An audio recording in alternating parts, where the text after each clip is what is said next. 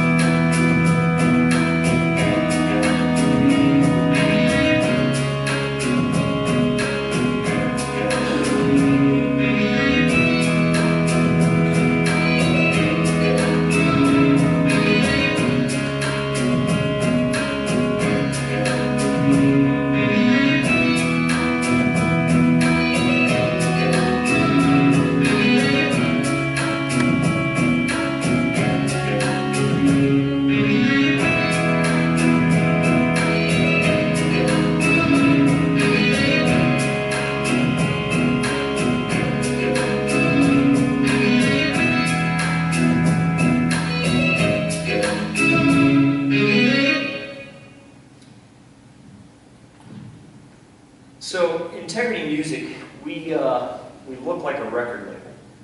And in fact, I brought each of you 3 CDs. And the manifestation of what we do makes us look like a record label. We release albums. But more than that, we publish over 16,000 songs. We have the largest worship song catalog in the world.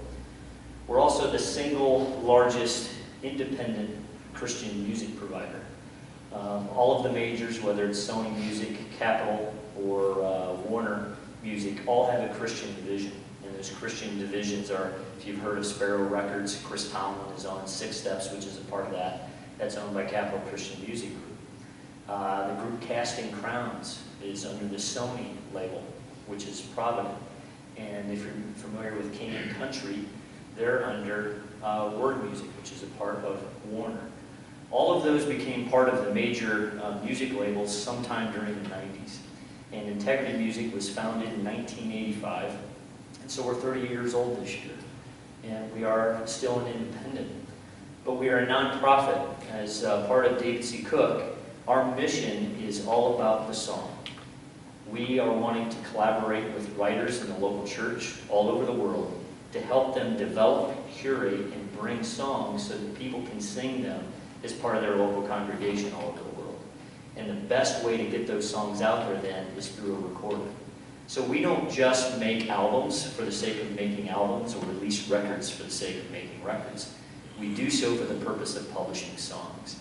And some of our songwriters are Matt Redman, who wrote 10,000 Reasons, is probably his most recent biggest song. Is one of our songwriters. Israel Houghton is one of our songwriters, if you're like gospel music. And we've got many others. But that's what we do. And what I thought I would share with you is a little bit about what keeps me up. Running a music company that releases about 60 albums a year, has 16,000 songs in our catalog. Because if you are writing songs, and I'm hoping that many of you are, and if not, you will, or if you're making an album or you're recording a track, is that you're going to need some help getting that music out there. And you're going to need to find somebody you can trust because you have labored over that creation and you don't want to just give it to anybody. And we aren't in the business of doing it just to make money. We're doing it to equip the local church all around the world. And so, but it's a difficult business right now. I'm not going to mix words about that. It's extremely difficult.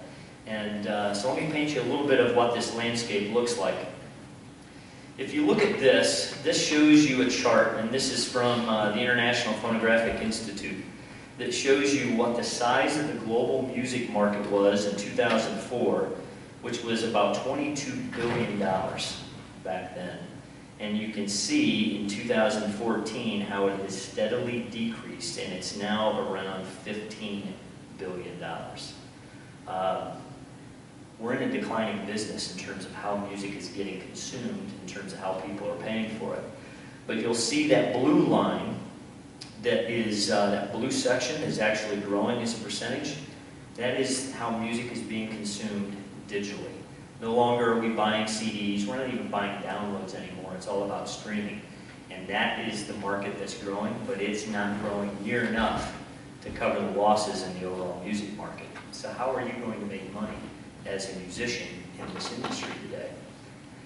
If we look here, this is a chart, and there's a bunch of gobbledygook up on the screen. But essentially, I'll read you a couple of the key stats. But these are the 20 largest markets around the world, and the USA by far is the single largest market with about $5 billion last year. Next is actually Japan at about 2.7. And you can go on through all of that. But here's what it looks like in terms of where the income is coming from.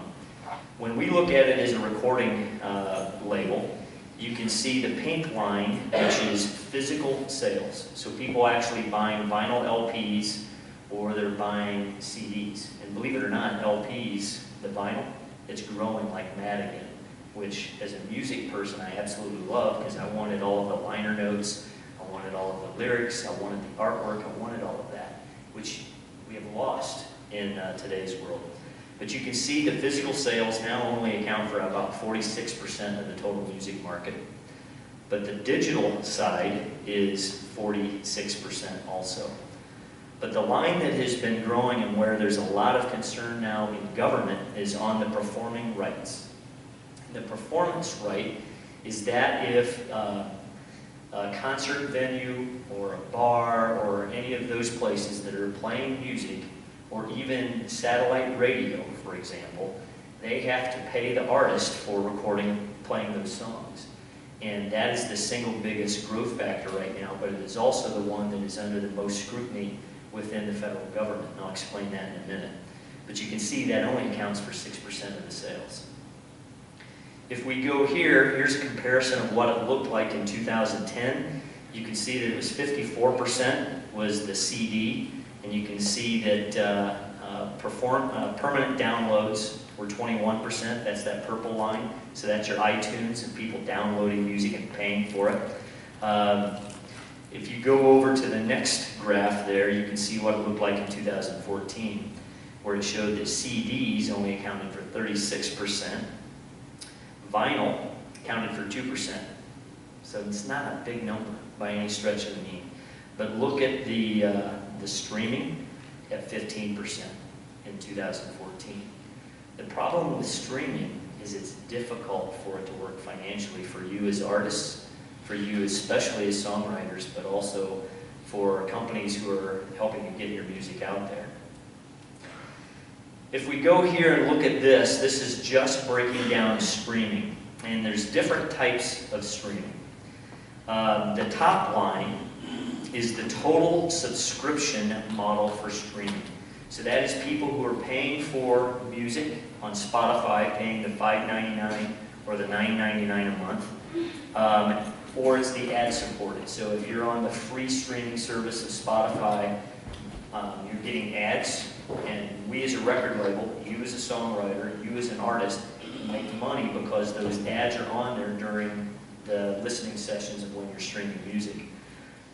The blue line right under that is the subscription streams only. So that is the number of people who are actually paying for it, versus then just the ad-supported, which is the bottom. And you can see that only accounts for a small percentage of the total money being driven in. If we look at the downloads and the streams as a percentage of the total digital music revenue, you can see how that has changed by country. So the first one on the left is Sweden. That's where Spotify started. iTunes is virtually non-existent in that country. They don't know what downloads really are. They don't pay for them. What they do pay for is a subscription to listen to all the music you want, versus look at it in the US in 2014, and that number is going to change, and that is the first line that you see where the blue line is larger. And so 55% of the digital music revenue is coming from downloads today. So on that $1.29, let me make it easier, let me use a 99-cent download. On that 99-cent download, you as a songwriter are going to make 9 cents. That gets paid as mechanical. Now if you have a publisher, that publisher then gets half that money and you get the other half. So on that 99-cent download, you as a songwriter would basically make 4.5 cents. That's kind of how the math works. In streaming, it's even worse. If we go to how it's evolved from 2004 to 2014 over the last 10-year period, you can see where the streaming started picking up and how that has affected the overall digital download as well as the physical. But let me show you this. This is from 1973 to 2013. The heyday of the music market was in 1999. That is the largest bar that you see in the middle. That blue line represents CD sales. The green line is cassettes, which we don't even have those anymore, which is kind of funny. You can see 8 tracks there in the early 70s when those developed. But go over to the right, and that's where you can then start to see paid subscription showing up, the download singles showing up. But it has been a ski slope ride down since 1999 in the music business. This is the one that keeps me up at night. File sharing. I talked a little bit at the beginning about Napster. When Napster was developed, it was all about file sharing. If somebody had great music, they put it up and we all got access to it, which is great as a consumer. But as a content creator, it's devastating. And even with the launch of iTunes and with the launch of the streaming services, we in the music business have believed that for quite some time that file sharing and pirating wasn't that big of an issue. But it is. And what we show here is that we expect by 2019, and this is from Cisco, and they're measuring the amount of data that is being shared illegally. They're expecting a 51% increase from 2014 to 2019 still with music. And so when you spend all of your time creating this great piece of music and people are going and copying it and distributing it, this is kind of what this looks like here. But that takes me to this. Do you know who the biggest source of music is? Who's the biggest contributor to delivering music? Anybody have a guess? Radio, that's one. Another guess? YouTube. How many of us here use YouTube as our primary source? YouTube. Let me show you this. In terms of music consumption, nearly 40% of all music is being consumed on YouTube now. The problem with that is it only accounts for about 5% of the money. And so one of the things that we do for you as a writer, or for you as an artist, is to try and maximize that as much as we can.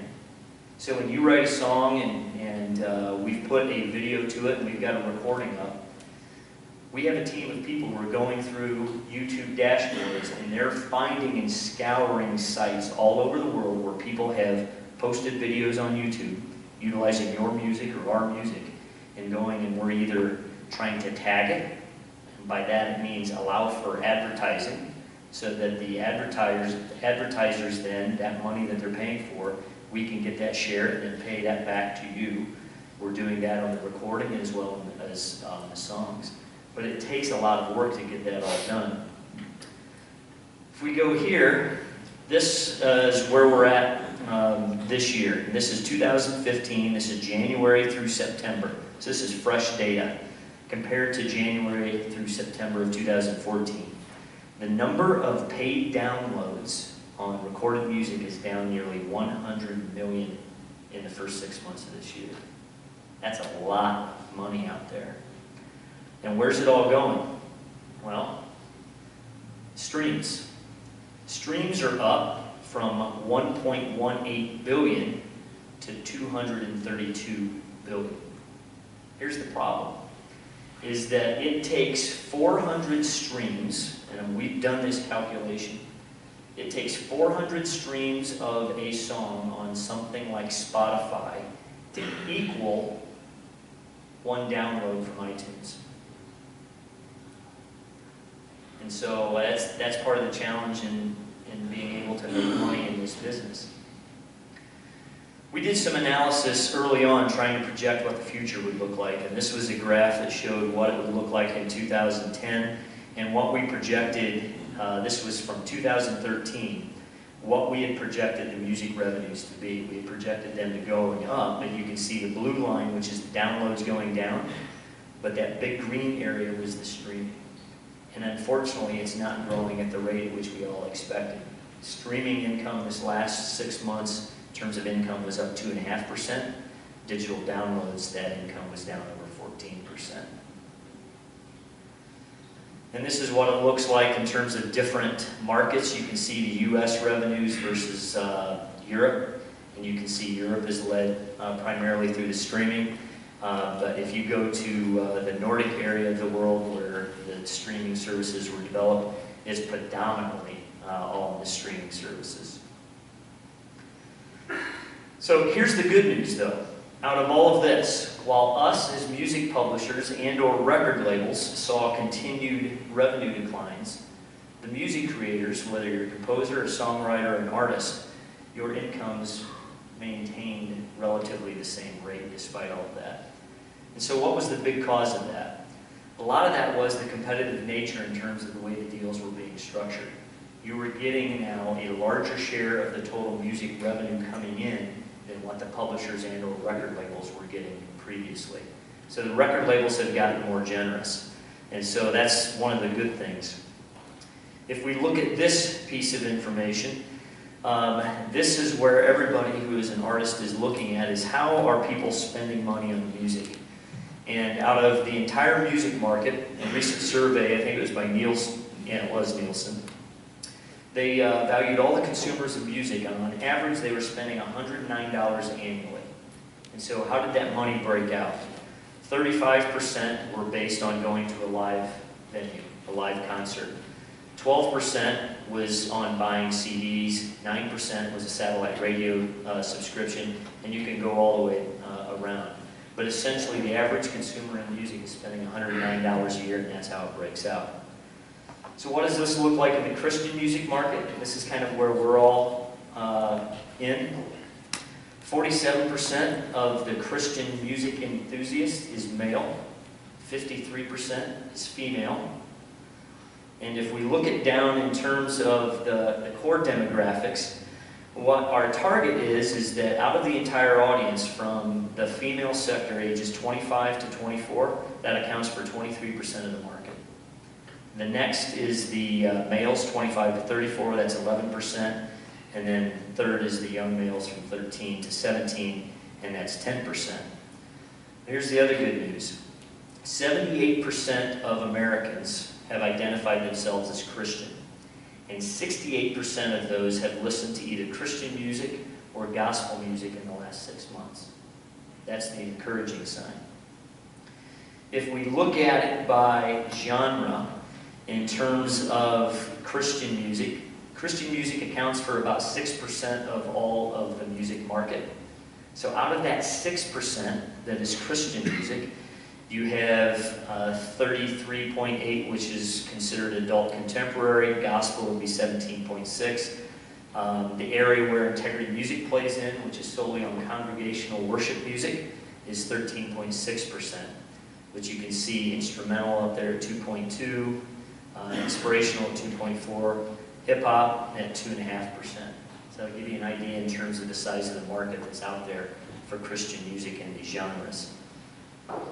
If we look at then the markets, the #1 market for Christian music is Los Angeles, followed by Dallas, New York, Atlanta, Washington, D.C.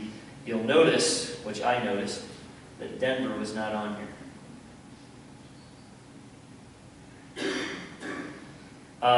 Here's what I talked a little bit about earlier, is that Christian gospel music accounts for 6.6% of all music consumption, classical at 2.4%, and jazz is at 2.4%. And one of the things that we've been working on in the Christian music industry is to really try and get it identified as a major sector of overall music. And it's the only one that is unique to its lyrical content. The rest are all based around a sound or a style. And Christian music is the only one that's based around a uniqueness around lyrical content. Give you an example, even in the UK, which is a large music market, for years the iTunes store never even had a Christian music section. So to try and find music digitally on places like iTunes or Amazon, unless you knew the artist name to type it in, it was difficult to find new Christian music that was out there. And this type of information has been helpful to try and get that established. And we've been successful doing that with iTunes over the last year. We finally got a Christian page and store on the iTunes in the UK, which is a big advantage for us.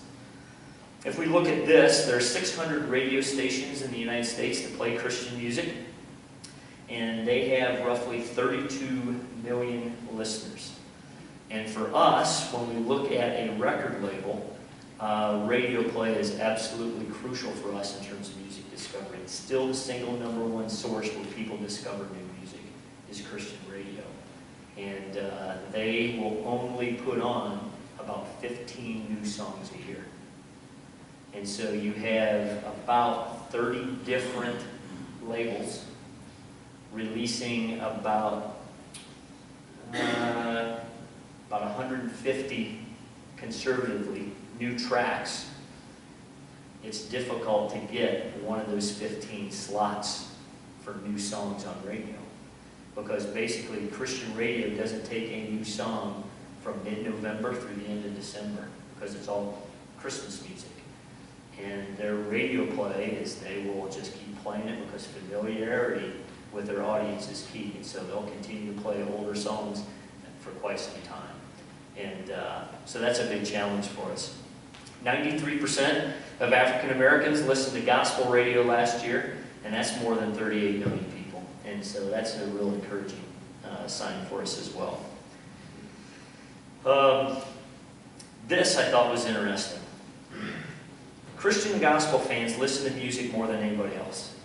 They listen to 5.5 hours on average a day, and that's 21% more than the cross-genre average of 4.7. So we all listen to different formats of music. Some of us will listen to country, we also listen to hip-hop, we'll listen to even Christian music, we'll listen to gospel music. But on average, the Christian gospel fans listen to more music than anybody else in the marketplace. So I showed you what it looked like in terms of the overall music market. What does it look like for Christian music? If you look here, this is Christian album sales dating back to 2005, and you can see that same trend. The one bright spot out of this is that Christian music tends to be a little bit slower in responding to market changes, and so we've been able to stem this off for quite some time. But specifically, here's what it looks like for praise and worship music, which is the genre we're in. And you can see from 2009 to 2014, it was relatively flat. You didn't see that in terms of the overall music market. It was a continued steady decline down. So, out of all of this, as you all are music creators, what is it that a record label or a music publisher would do? And do you really need one? Because the answer to that is you don't need one. And I, as a song publisher and record label, am here to tell you that. But I also want you to understand that the work that needs to be done, somebody still has to do it. And I thought it would be helpful for you to understand what it is that we do in the industry.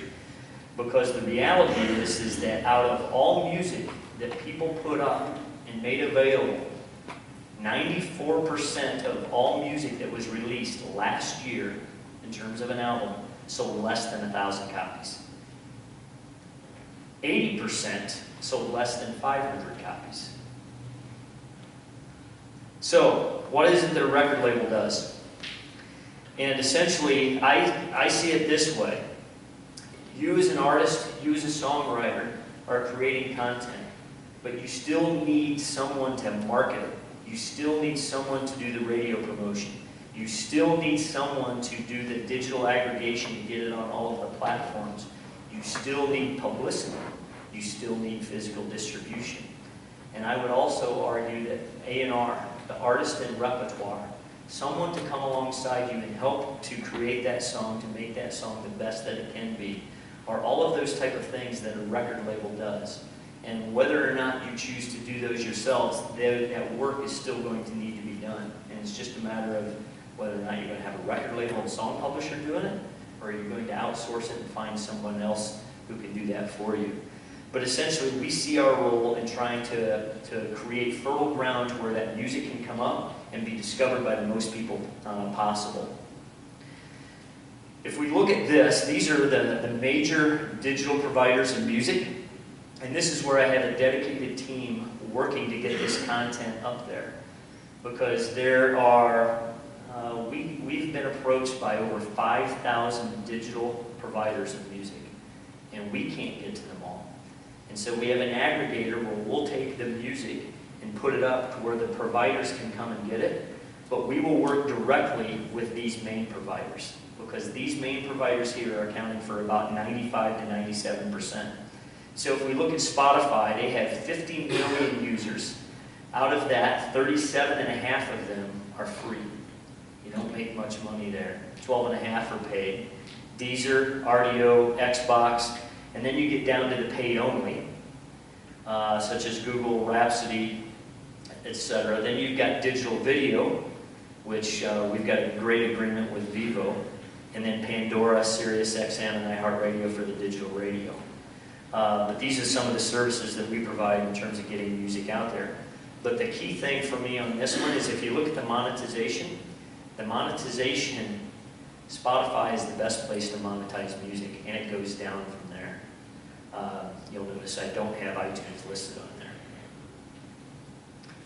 there. Some of the other things that we do in terms of the role in music is account analytics, consumer research, label sales, marketing analytics, social media and digital. You know, your social media platform, your own websites, and how you maximize your exposure on that and connecting with your audience. These are all things that we do as a record label. Here are some of the other services that we work with in terms of tracking market share. Nielsen, which is the collection agency that reports all of the bestsellers. If you read Billboard magazine, for example, all of the data that is reported in there comes from Nielsen SoundScan. We also get daily reports from Spotify and iTunes and track that down. We also then track all of the social listening through digital mobile apps and providers there. We do surveys and custom syndicated surveys to try and understand how consumers are interacting with music. And then there are other institutions such as the Recording Industry Association of America, the Census. All of this is the type of information that we feed back to each of you if you were an artist with us on how to maximize your reach and reach the most people. I'll pass that. So the big question for me is, how is this going to translate in the future? For us, our songs, we're monetizing those primarily through CCLI. Are you familiar with Christian Copyright License Incorporated? So they issue a license to 160,000 churches in the United States. Now, a church does not need a performance license to be able to have for congregational singing. Those are exempt. But CCLI gives you a license to reproduce the lyrics. So when you're in church and you see the lyrics up on the screen, they need to have a license to protect that copyrighted material, and a church is paying a license for that. And so CCLI has 160,000 churches in the United States who are paying for a license. And what they do is the churches then report in what are the songs that they're singing. All of that money then goes into CCLI. CCLI then tabulates all of those songs, who the writers are, and then splits out that income back to us, and then we share it out then with the writers. And that is the single largest, for us in terms of serving the church, placed on how to monetize music. The big challenge, though, is that's primarily only in the United States. And so, as we look around the world, whether it's in Europe, in Asia, to where they have different copyright laws, the opportunities there aren't as great. And that presents a challenge. But as we look towards the future with this, what is happening right now in government is looking at changes in the copyright law. Within the next year, we expect some changes by the Copyright Board, which there are 3 judges in Washington, D.C., who are commissioned with the task to determine the new rates on which songwriters will be paid coming out of the performing rights societies. There are 3 performing rights societies, 2 of them controlled by the federal government, which are ASCAP and BMI, and their rates were set through a consent decree that was last updated over 30 years ago. So despite all of these technological changes in the way music is consumed, none of the way people have been compensated in terms of their intellectual property and rights have been adjusted moving forward. And so within the next year, the government is looking closely at changing all of that. I hope that they're going to change those drastically to reward the creators who are writing songs moving forward. Because I can't imagine a world without somebody like a Bernie Taupin, who the only way he made money was being a songwriter with Elton John. Elton John can go out and tour and sell tickets and sing those songs and sell albums. But Bernie isn't going to make any money unless those copyrights are protected and he's compensated for his intellectual property in creating all of those. So it's those type of things that are keeping me up. I do want to tell you one interesting story, because I brought 3 discs for each of you, just to kind of give you a taste of the different types of sounds in Christian music. This is a CD from the Brilliance. It's called Brother, which we released this year. It's a unique sound. The songs are very congregational, but how they have been arranged and recorded, you may not hear that, but I hope you like that one. The next one is the newest album from Lincoln Brewster, who is one of our songwriters and artists. And hopefully his next song, it's right now at number 11 on the charts. We're hoping it'll break into the top 10 this next week with There Is Power, but it's on here. Great congregational tune. He's a great guitar player. But this last one, Blessed Assurance. It's the undiscovered hymns of Fanny Crosby. Y'all familiar with who Fanny Crosby is? She wrote the hymn, Blessed Assurance, among many, many others.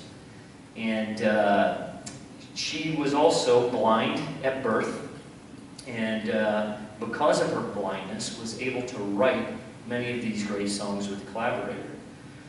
About 2 years ago, we had discovered that there were 2,000 songs that she had written that were never published. Now, those are all in the public domain, meaning there is no longer a copyright on those songs, but that it was just lyrics, and many of them weren't finished yet. And so one of the things that we did is we said, the world needs to hear those songs. How do we get those back out? So we worked with people like Paul Balash, who is one of our songwriters, who wrote the song Open the Eyes of My Heart. We worked with Matt Redman and several other songwriters, And we took those hymns that Fanny had written and went through an evaluation process and narrowed it out of the 2,000 down to about the first 30. And we gave those lyrics then to some of our songwriters to kind of freshen them up and write brand new melodies along with those lyrics. And so this CD just released last Friday, and there's 15 brand new songs on here. And you'll have people on here from Matt Redman to Darlene Check to Ricky Skaggs, all different styles of music singing these hymns. But it was a great way to get these new songs back out to the world that the world hadn't yet had a chance to hear. But Fanny was also the first woman at the age of 21 to ever appear before Congress. And so we're thrilled to be able to have those. Okay. The rest of this time, I really want to just open it up to you all and say, what questions, how can I help you? What are the questions that you have about the music industry? As an artist, as a songwriter, what would you like to ask? And I'll open it up to you. This child. So, Brandon, why don't you stand up when you ask a question? Make sure you stand up so that everybody can hear the question. I don't know so much about it as far as the Christian demographic, but I know that a lot of, especially in my genre, hip-hop artists seem to make most of their money touring. Yep. Is that the same in the Christian music world? Yeah. I think that's pretty consistent in terms of today, regardless of the genre of music. The biggest source of income on how you can monetize your craft is through touring and events. It's harder for a worship leader. You know, if you're a worship leader and you've been called to serve in your local church and to lead people in worship, how do you do that?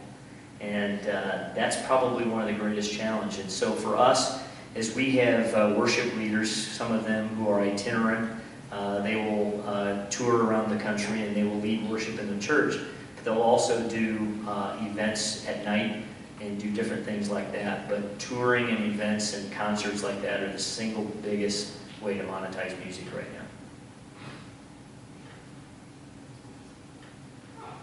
So I was wondering, what are you looking for from songwriters and performers or Great question. For us, it starts with the song. And so if you have a great song that, one, is theologically correct, two, it's a worship song in that it's exalting praises to our Creator, and three, it's congregational, meaning that it can be sung, it's got to be simple enough that it can be sung by a group in church.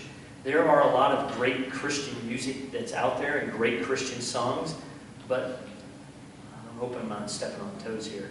The song Oceans, Hillsong. It's a beautiful, beautiful song, and extremely difficult to sing by a church. And that's where it gets a little bit fuzzy, but I've heard many churches do a great job with that. But for us, those are the three primary things that we're looking for, is if you have a song, it's theologically right in the center of where that is, it's worship focused, and that a congregation of people can sing it together. Those are what we're looking for. And so if you have that, then we're interested. And if you have great artistic talent, then we'll also talk to you about recording an album and doing a demo or an EP or things like that as well. But we're really after a person who's serving in their local church and leading their local church in corporate worship. How many of your hearts are a little bit? How can somebody, if they have a song and they know it's another song, what's the best way to get it? Yeah, one of the things that we developed about 2 years ago is a website called weareworship.com. And our passion and heartbeat for that particular website was to be a place, and I use the term publisher agnostic, in that we wanted to be a platform where songwriters who are signed to us, but even some who are not, can upload their song and make it so that churches all around the world can discover that song. And you can go there and get training on how to lead songs. We offer free chord charts. We've got 16,000 songs on there. We give a free song away a week to do that.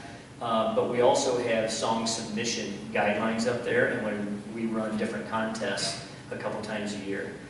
Our site is built so that we have a U.S. site, we have a UK site, and we're in the process of launching a Spanish language site.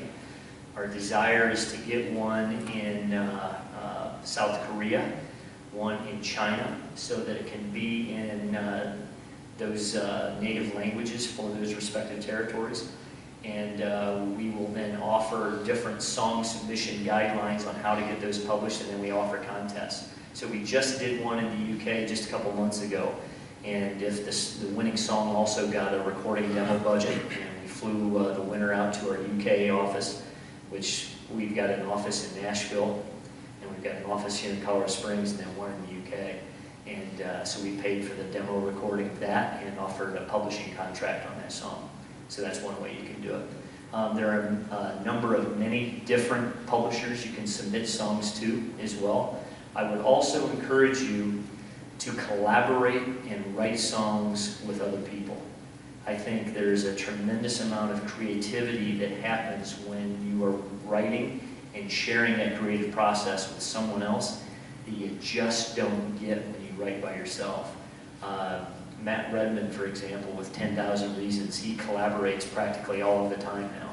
And when he originally wrote Blessed Be Your Name, he was primarily just writing on his own. But probably his single biggest song collaborator today is a guy by the name of Jonas Mirren, who is German, and they write all of their songs together. So I would encourage you to collaborate with other people as well to write those songs. So, I was just going to ask, is integrity like kind of denominational, like lean, or is it more just like denominational neutral when they produce and like release a song? Yep, great question. We would say we're right in the center of the evangelical church. I will tell you that most of the songs that have been written come perhaps out of more of a charismatic background when you look at worship music.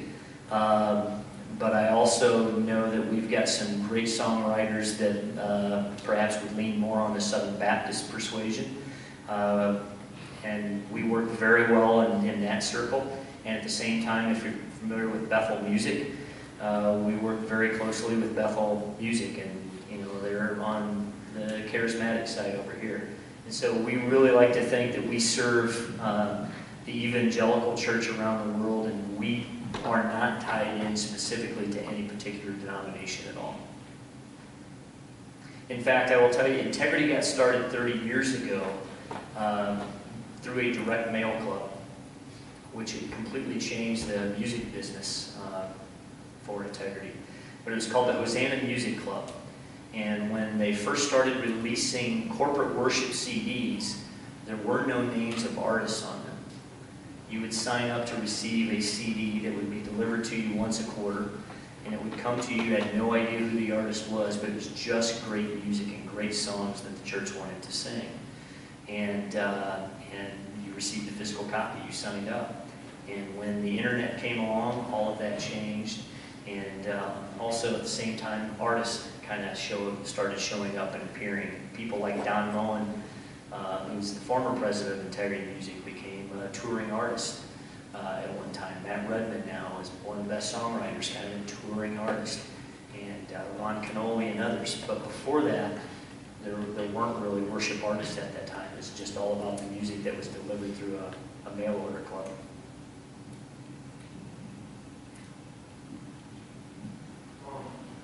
Any advice that upstarts for fighting events, locally, nationally, is trying to keep everything up? As a musician yourself? Yeah.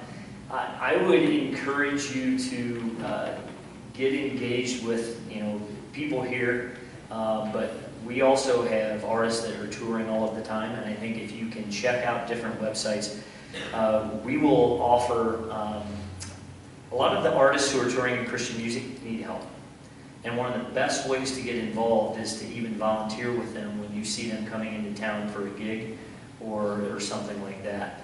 A lot of times they'll need musicians to come in and play with them because they can't travel with their entire band because it costs a lot of money to do that. And so if you can check out different, specifically here in the Denver area or even in the Colorado Springs area, with different touring acts are coming in, specifically in Christian music, many of them are needing help and volunteers, and some of them are needing musicians as well, and that's a good way to do it. I was curious if you have multi-track products where the drummer calls in sick at 6 in the morning or enhance your productions and weird, cool, sparkly, tingly things or simple things? It's interesting. I have this saying, technology giveth and technology taketh away. Technology has taken away the money out of the music business, but technology has given an incredible amount of resources to musicians, specifically serving in a local church. Because a lot of times you go to a small church and maybe just a guitar player. And if they need a drum track or they need pianos. And so what we have done is we've reached an agreement with an organization called Multitracks. And we deliver, when we get a recorded master in from one of our artists, they deliver them, well, the producer delivers them, depending on who it is, the individual stems. And then we deliver those stems to a place like Multitracks, so that if you wanted to go on and get the piano from Open the Eyes of My Heart, you could go in and just buy that stem off the original recording and utilize that in your own experience when you're leading worship and have the original guitar, bass, whatever stems are available. And so that opened up kind of where Christian music is unique in that area. I mean, there's other music that needs that as well, but in terms of resourcing the church, it's an incredible resource to help give a great worship experience in a local church if you don't have all the musicians you need. So yeah, that's there. What about demos? What should the demo sound like, look like? Don't pay too much for a demo, because it is a demo. For us, what we like mostly for song publishing, if we're looking at it from a song perspective, not from a recording perspective, one of the best things to do is just with a guitar or a piano and just record with just even a little tape recorder and just record it that way. Because we'll be able to hear whether or not the song itself is going to connect and what that looks like. And so if you're looking at it from just a song perspective, don't think you got to go out and spend $500. Please don't spend $2,000, because I know I've been quoted a lot of that to try and go out and get one track recorded. You don't need that. Just sit down, sing your heart out with the guitar, the piano, whatever, just with a simple tape recorder, and then send that in. But also send it in with the lyrics. We've got to have the lyrics that are attached to that, that's the best way to do that. Very cool. I'll tell you a neat story of, and this was when Don was president of Louisiana. Oh gosh, back in the mid-90s, I was in Arizona, and one of your A&R reps, we played golf for a weekend. And he told me a story. He said, I was sent out with, we had 8 acts back then. You don't even know what those are. 8 tracks as you were recording this. So we flew all the way to Australia to this church called Hillsong or something like that. And so they flew all the way out there to record this worship leader. And they get all the way out there, and the A&R rep tells me, he says, get out there. And they had sort of a falling out with this male worship leader. So the pastor of the church said, well, listen, we had a falling out, but we have this woman, her name was Darlene, like you record her. And the A&R rep's reaction is, this is terrible. We failed. I mean, who wants to listen to a woman worship leader? I mean, have you ever heard of such a thing? And they recorded him shout to the Lord, wasn't it? That's right. They recorded shout to the Lord. And just goes to show you how God can just in a moment change the landscape. When you were sharing about Congress and what's happening this year, I want us to actually make this a prayer item. This could be landmark. If Congress said, look at all the internet, look at all the digital downloads, we actually want to pay musicians. You know, the guy who wrote the music, sort of a burning topic, so you know it's all about that bass, the hit. You know, everybody's heard, right? And it's multiple. Guess how much money he's made for it? $5,600. Something's got to change, and we really need to be praying about this. Yeah, it's important for, I think, great music to get out there, is the people who are creating great music need to be compensated fairly. And do you all understand how a publishing deal works, how the math, have you got into any of that? Should we talk about? So typically the way a traditional publishing deal would work, and it varies a little bit by genre of music, but typically what you would sign is if you write a song, somebody is going to pay you in advance for that song. And let's say it's $2,000 for one song as an advance. That $2,000 is going to be taken out of any royalties that you would earn. So for example, on that $2,000 that we would give you as an advance, you would get 50% of the earnings. The publisher would get 50% of the earnings.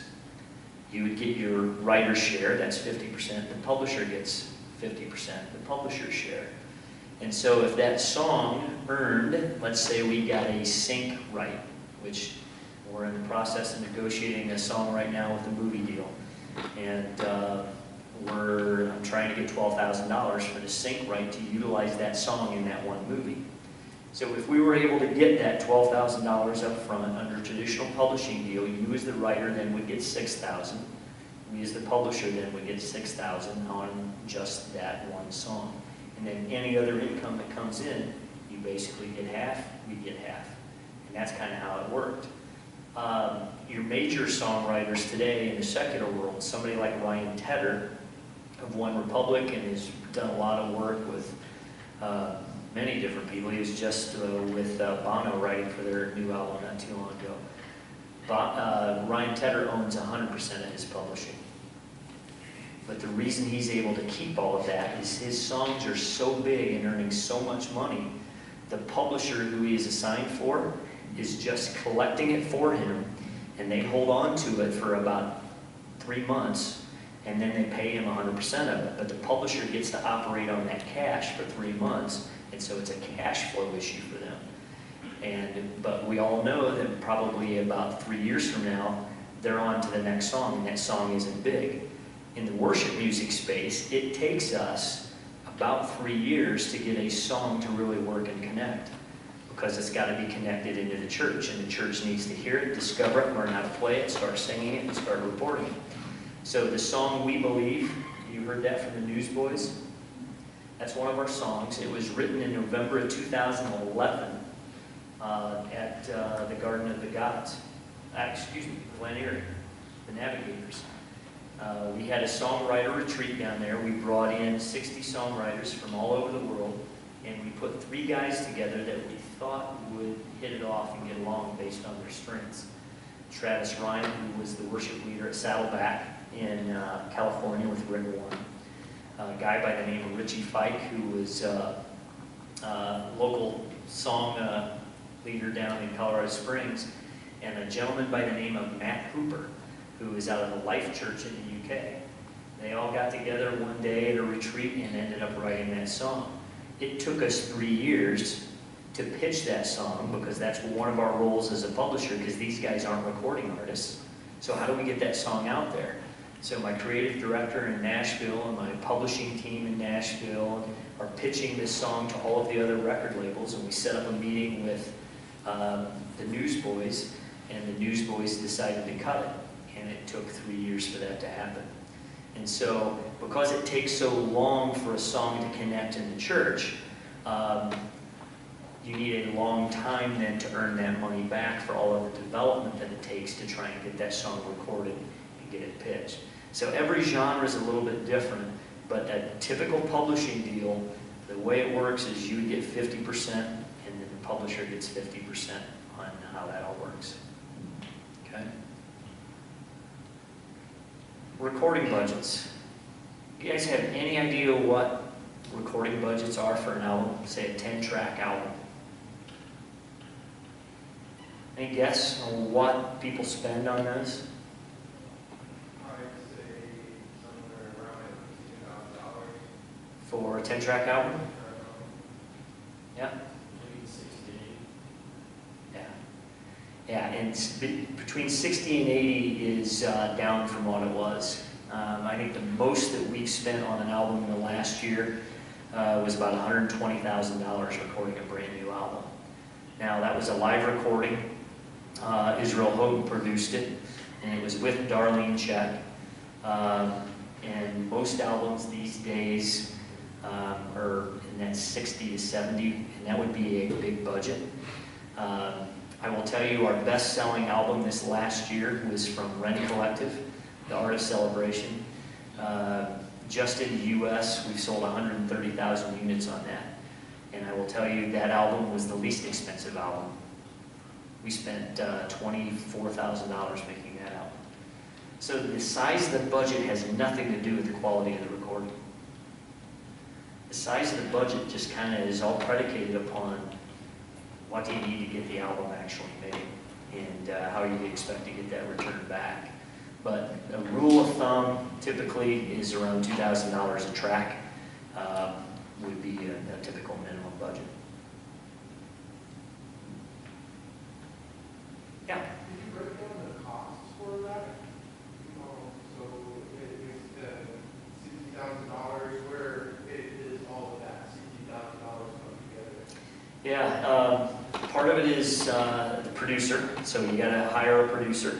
You're going to advance him some of that money. You got to pay for a studio where you're going to record it. We now have our own studio in Franklin, just outside of Nashville. But you got to pay for a studio. But then you also got to pay for musicians. So if you're going to have strings, and you've got to, if you're Ren Collective and none of you play strings, but it's going to be on one of your tracks, you got to bring in a bunch of musicians to record the strings.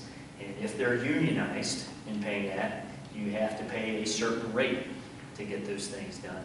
So a lot of that is where that goes, and then the other big chunk is on mastering the album.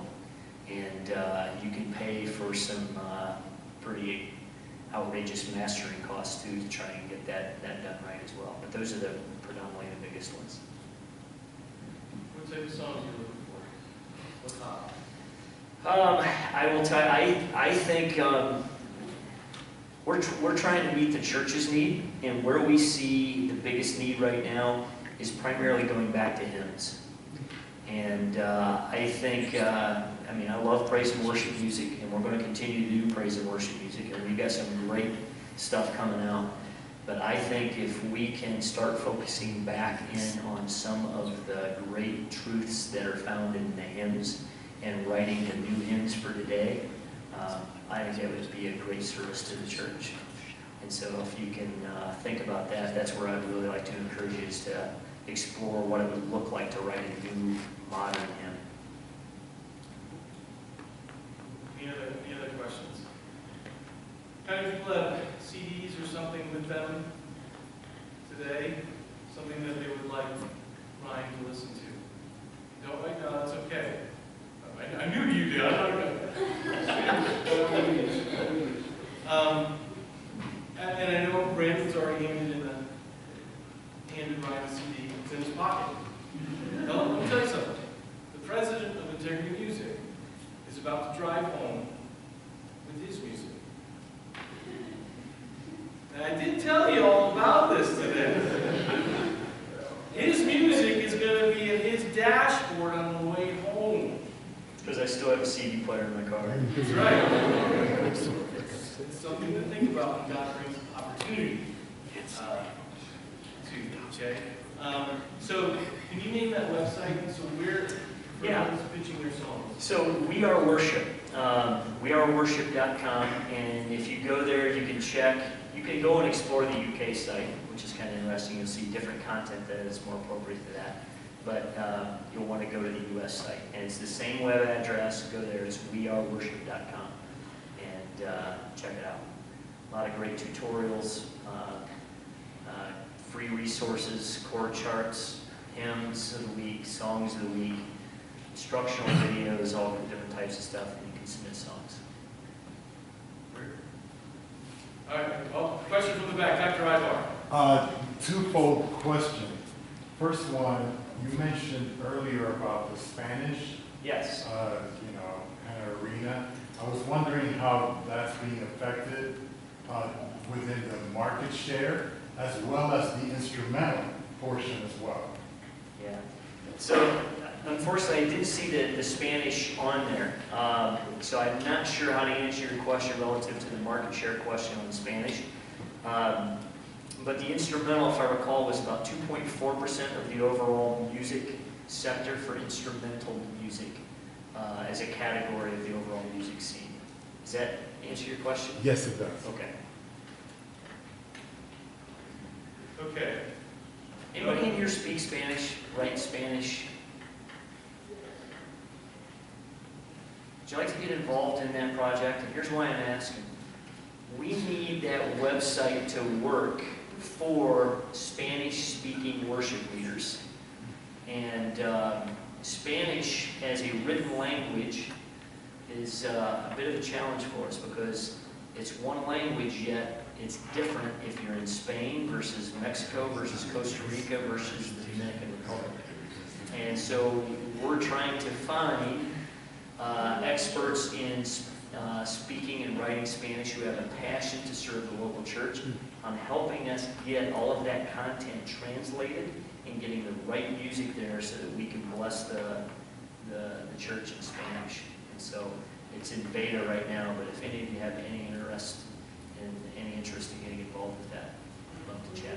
The flyer's not interested in it.